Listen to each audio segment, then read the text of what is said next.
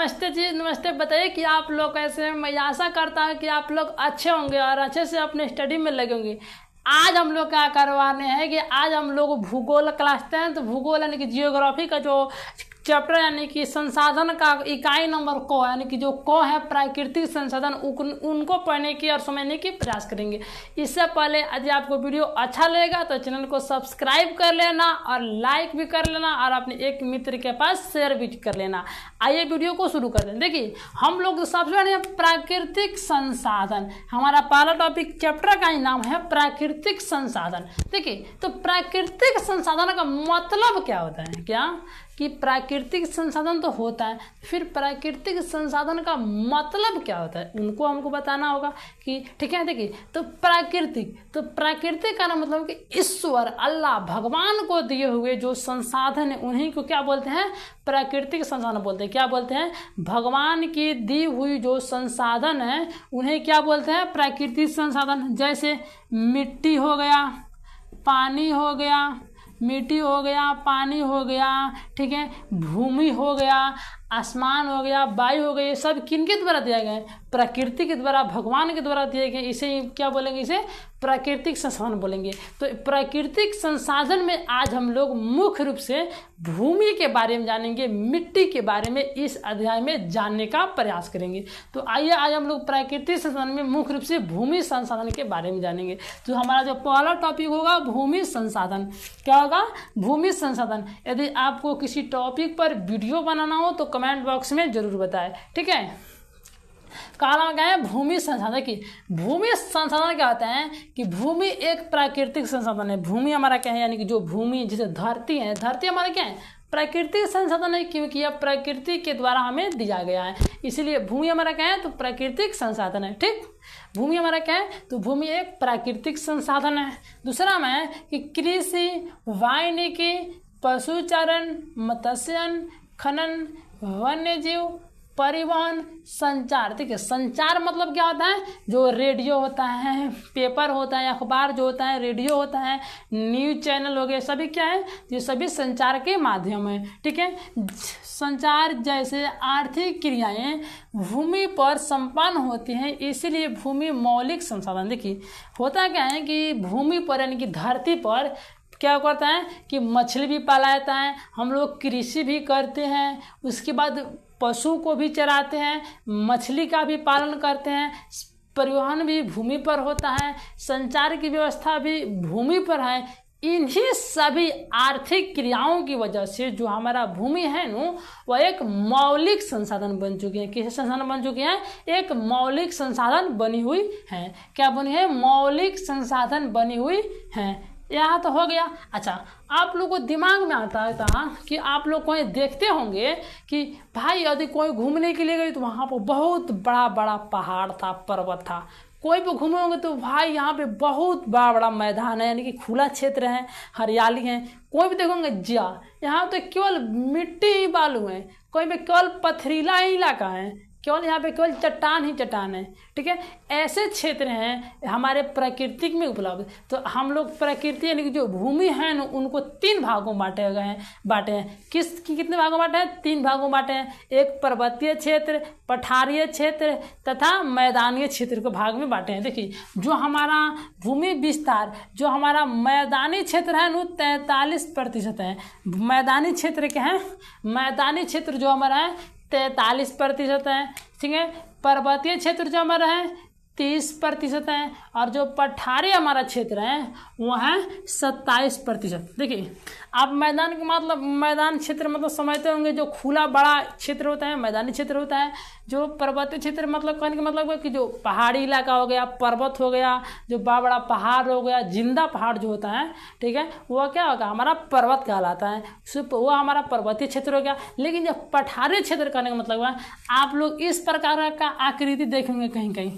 कहने का मतलब हुआ कि जो पहाड़ मृत हो जाता है, कि जो पहाड़ था लेकिन वह पहाड़ कहाँ पे, वो मृत हो गया, पहाड़ मर गया, उस पहाड़ को क्या बोलते हैं, पठार बोलते हैं। वहाँ पर कोई भी हरियाली या कोई भी फसल, कोई भी वनस्पति नहीं लग सकती है, इसलिए उसे क्या बोलते हैं, पठार बोलते हैं। और इन्हीं से काट काट करके क्या बनाते हैं, तो छोटे छोटे गिट्टी जो होता है ना, पत्थर जिसे हम लोग बोलते हैं, वहीं बनाया जाता है। ठीक है, ये देख ली कि भूमि विस्तार को 3 भागों में बांटा गया है। मैदानी क्षेत्र जो कि 43% है, पर्वतीय क्षेत्र जो कि 30% है, और जो हमारा पठारी क्षेत्र जो कि 27%। यहाँ तक तो देख लिए।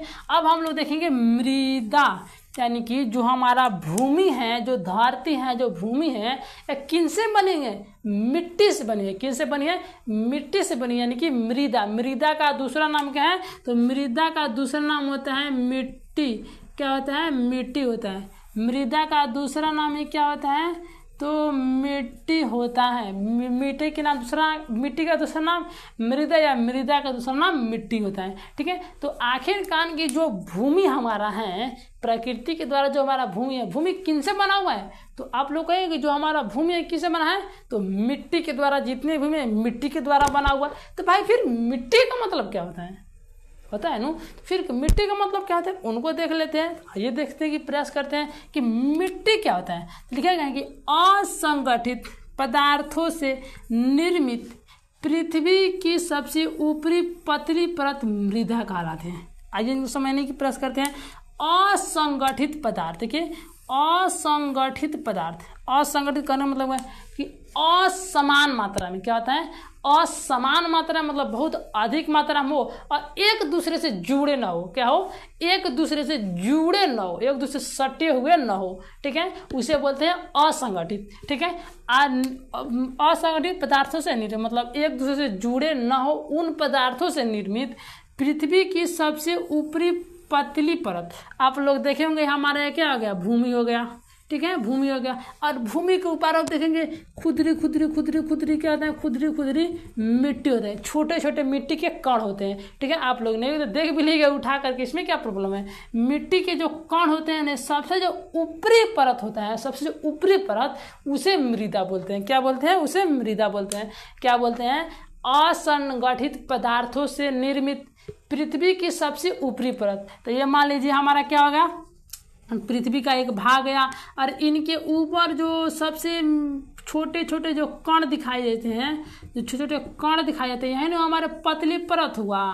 यही ना हमारा पतली परत हुआ। इन्हीं पतली परत को मृदा कहते हैं। क्या कहते हैं? मृदा कहते हैं। एक बार फिर से समझा देते हैं कि असंगठित पदार्थों से निर्मित मतलब एक दूसरे से सटे हुए न हो, उन पदार्थों से निर्मित पृथ्वी की सबसे ऊपरी परत को, मतलब ये क्या होगा? ये हमारा पृथ्वी हो गया। मान लीजिए हमारा क्या हो गया? पृथ्वी हो गया, और इनके ऊपर जो छोटे छोटे कण होते हैं, उन्हीं कणों को क्या करते हैं? इन पृथ्वी की सबसे ऊपरी परत के जो कण होते हैं, उन्हीं कण की जो परत होती है, उसी परत को मृदा कहते हैं।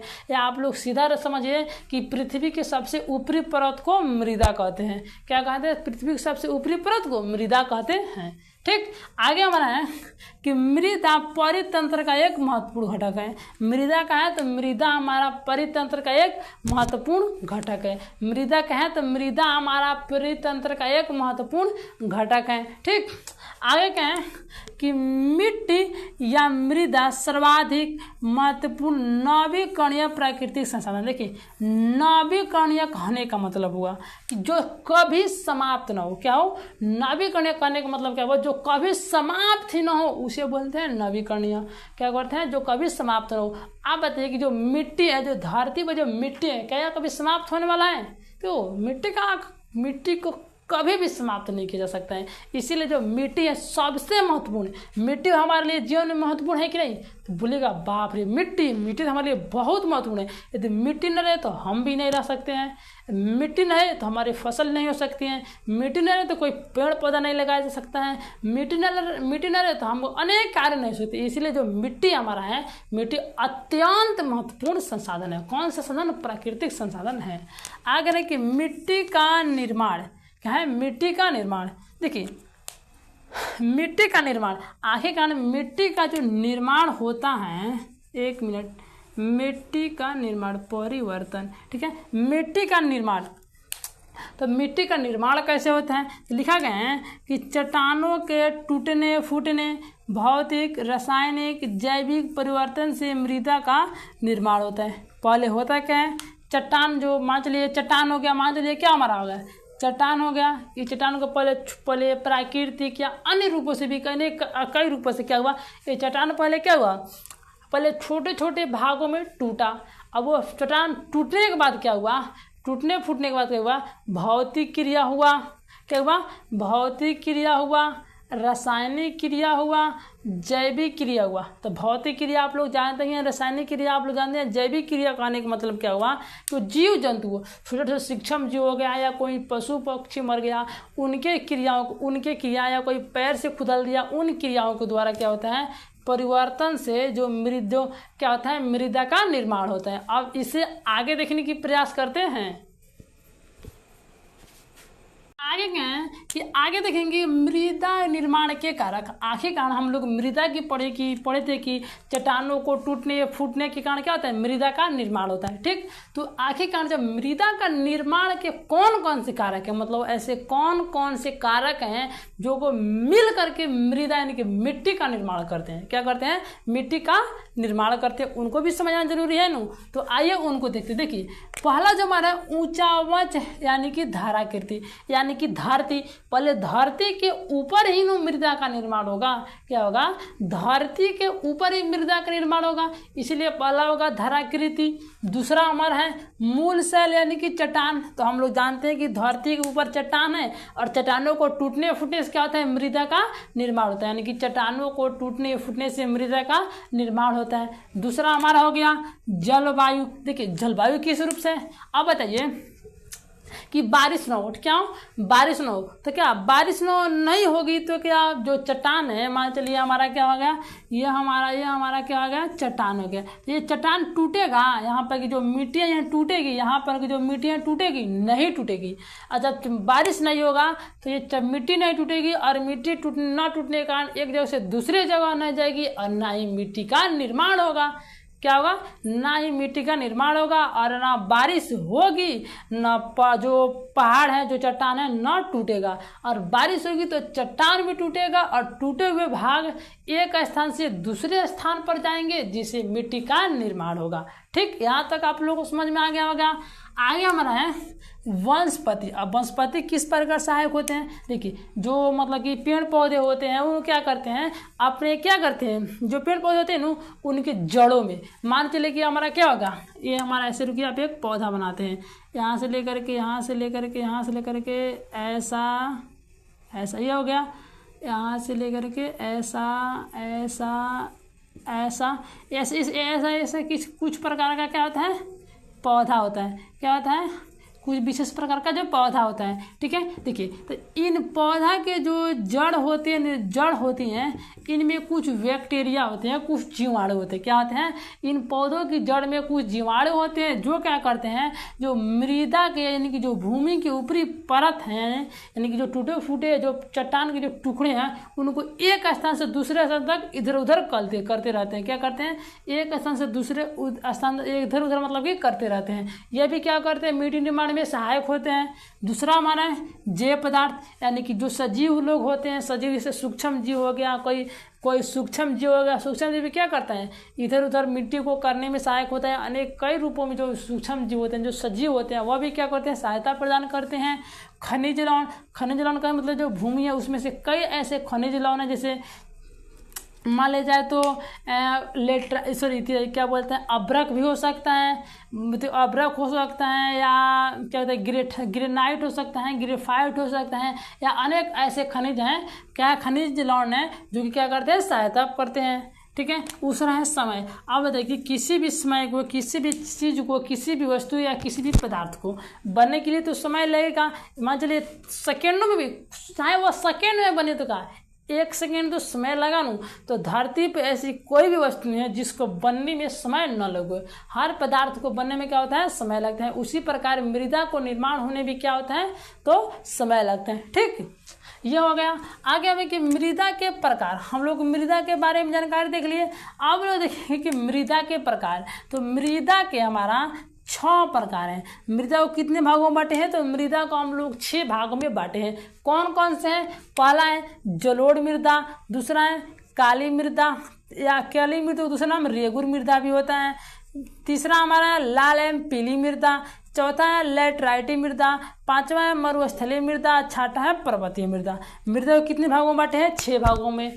पहला जलोढ़ मृदा, दूसरा काली या रेगुर मृदा, तीसरा लाल एवं पीली मृदा, चौथा लेटराइट मृदा, पांचवा हमारा क्या होता है? मरुस्थलीय मृदा, जो छठा होता है पर्वतीय मृदा। ठीक है, जलोढ़ मृदा थोड़ा थोड़ा जान लेते हैं इन सब के बारे में। जो जलोढ़ मृदा होता है ना, वह नदी के द्वारा बहा कर रहते हैं। आप लोग कहीं कहीं देखे होंगे कि जो नदी होती है कहीं कहीं माटी बाहर कर लाती है। चाहे बारिश जब होती है तो देखे होंगे कि यहाँ की जो मिट्टी है ना, यहाँ आकर के पूरी क्या होती है? इकट्ठा हो जाती है। वही हमारे कहते हैं जलोढ़ मृदा का उसी प्रकार निर्माण होता है। दूसरा में काली मृदा। तो काली मृदा जो होता है ना, कपास की खेती के लिए बहुत उपयुक्त है। कई बार प्रश्न पूछा गया है कि काली कपास की खेती के लिए कौन सी मृदा उपयुक्त माने जाते हैं? तो काली मृदा, लाल एवं पीली की मृदा जो हमारा लाल तो होती है, लेकिन जब इसमें पानी मिलाई जाती है मृदा हमारा पीली हो जाती है। किसी में जाती है? पीली हो जाती है। चौथा हमारा लेटराइट मृदा। लेटराइट मृदा में अधिक ईंट की मात्रा अधिक होती है। पांचवा है मरुस्थलीय मृदा। मरुस्थलीय मृदा कहने का मतलब जो बलुई जो होते हैं ना, जो बलुई क्षेत्र होते हैं, जो रेगिस्तानी क्षेत्र होते हैं, उसे ही बोलते हैं मरुस्थलीय मृदा। तीसरा हमारा है पर्वतीय मृदा। पर्वतीय मृदा कहने का मतलब है जो कि पहाड़ी इलाके के जो क्षेत्र होते हैं उसे बोलते हैं पर्वतीय मृदा। ठीक है, आज के लिए इतने ही रह देते हैं। यदि आपको वीडियो अच्छा लगा हो तो कमेंट बॉक्स में जरूर बताएं, और एक लाइक और सब्सक्राइब करके जाइए, और अपने एक मित्र के पास शेयर जरूर करें। तब तक के लिए जय हिंद।